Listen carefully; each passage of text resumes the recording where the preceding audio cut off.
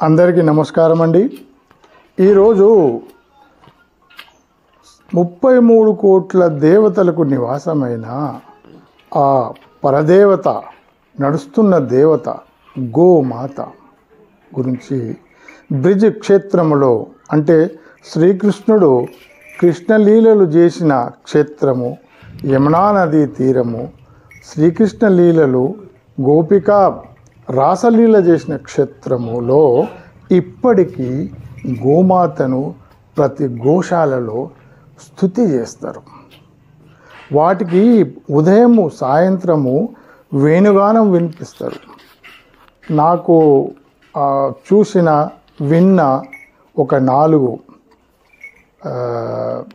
శ్లోకాలు మీకు చెప్పదలుచుకున్నాను. ఓపికతో వినండి.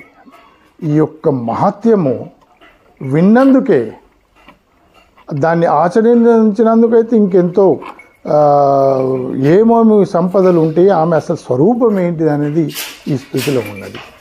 చెప్తాను, వినండి. చాలా ధైర్యంగా వినండి. చాలా పుణ్యము, ఎటువంటి దోషాలున్నా పోతాయి. దీంట్లో అట్లనే ఉంది గోమాత స్థితి.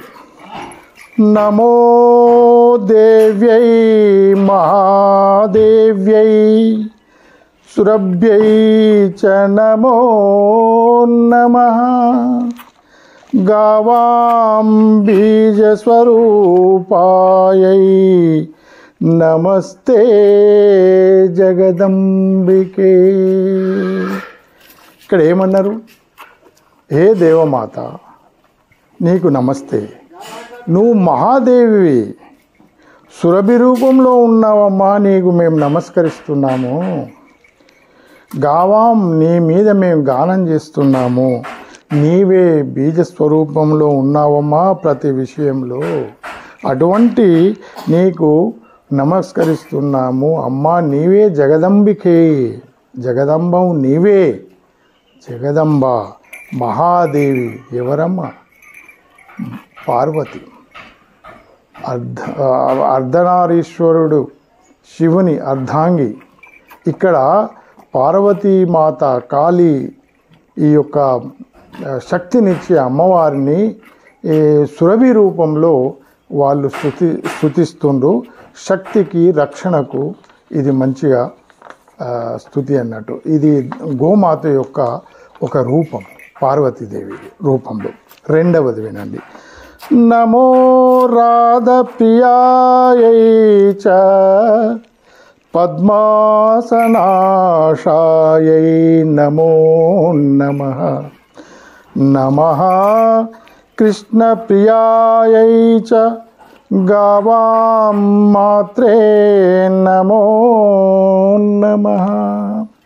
ఇక్కడ అమ్మా, నువ్వు రాధప్రియాయే, రాధవు నీవే, నీకు నమస్కరిస్తున్నాము. నీవు పద్మములపై నీవు ఆసీనులవై ఉన్నావమ్మా, నీకు నమస్కారం. నీవు కృష్ణప్రియవు, నిన్ను మేము గానం చేస్తున్నావు. నువ్వు మాతృరూపము. ఈ రూపము కృష్ణప్రియ, పద్మాసన, రాధాప్రియాయ్ చ, ఇవన్నీ లక్ష్మీదేవి రూపాలండి.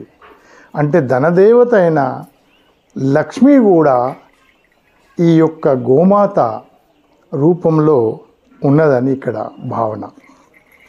మూడవది, కల్పవృక్ష స్వరూపాయై సర్వేషాం సతతం పరే క్షీరదాయై ధనదాయై బుద్ధిదాయై నమో నమః. అమ్మా, నువ్వు కల్పవృక్ష స్వరూపానివి, సర్వేషాం సతతం నిరంతరము, పరే క్షీరదాయై మాకు పుష్కలమైన పాలతో అన్న ఆహారాలు, ధనము, బుద్ధి ఇస్తున్నావమ్మా. పరే క్షీరదాయై అంటే పాలను నీళ్లను వేరు చేసే గుణమున్న ఆ యొక్క అంశ వాహిని సరస్వతి మాత గురించి ఇక్కడ कल्पवृक्षस्वरूपायै सर्वेषां सततं परे क्षीरदायै ధనదాయై బుద్ధిదాయై నమో నమః.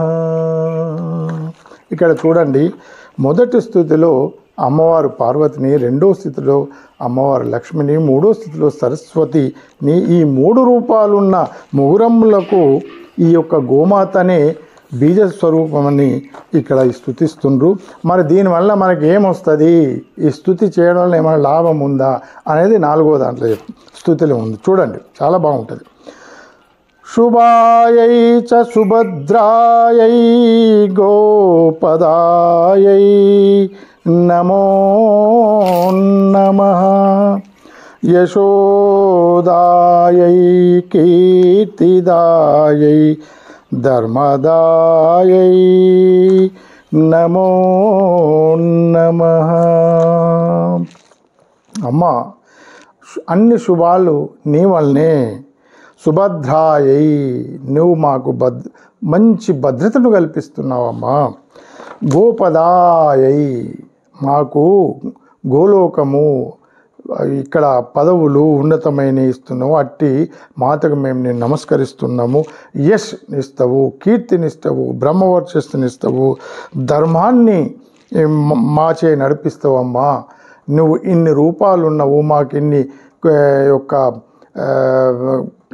రకాలుగా మమ్మల్ని రక్షణతో పాటు మాకు కావలసిన ఇస్తున్నావు. భూలోకంలోను కల్పవృక్షము, కామధేనువు, ముగురమ్మలైన సరస్వతి, లక్ష్మి, కాళీ, పార్వతి యొక్క స్వరూపం నీవే అమ్మా అని ఈ యొక్క గోమాతను స్తుతిస్తుండ్రు. దీనివల్ల మనకు సకల సంపదలు, సకల భద్రత, ఆయు, మంచి రక్షణ కల్పిస్తుందని ఈ స్తుతి యొక్క ఇది అర్థమండి. సింపుల్గా ఇంకొకసారి మనము దీని గురించి సింపుల్గా నేను చదువుతాను. నమో దేవ్యై మహాదేవ్యై సురభ్యై చ నమో నమః. గావాం బీజస్వరూపై నమస్తే జగదంబికే. నమో రాధప్రియాయై చ పద్మాసనాశాయై నమో నమః. నమః కృష్ణప్రియాయై చ గావాం మాత్రే నమో నమః. కల్పవృక్షస్వరూపాయై సర్వేషాం సతతం పరే క్షీరదాయై ధనదాయై బుద్ధిదాయై నమో నమః. శుభాయై చ సుభద్రాయై గోపదాయై నమో నమః. యశోదాయై కీర్తిదాయై ధర్మదాయై నమో నమః. ఇది విన్నవారికి, ఇది చూసిన వారికి పూర్తిగా వారి యొక్క ఆపదలన్నీ తొలగిపోయి, వారి యొక్క కష్టాలు నష్టాలు తొలగిపోయి సకల సంపదలు చేకూర్చాలని ఆ గోమాతను, ఆ త్రైలోక్యమాతను, ఆ పరాదేవతను నమస్కరిస్తూ మీ అందరికీ శుభము కలుగుగాక.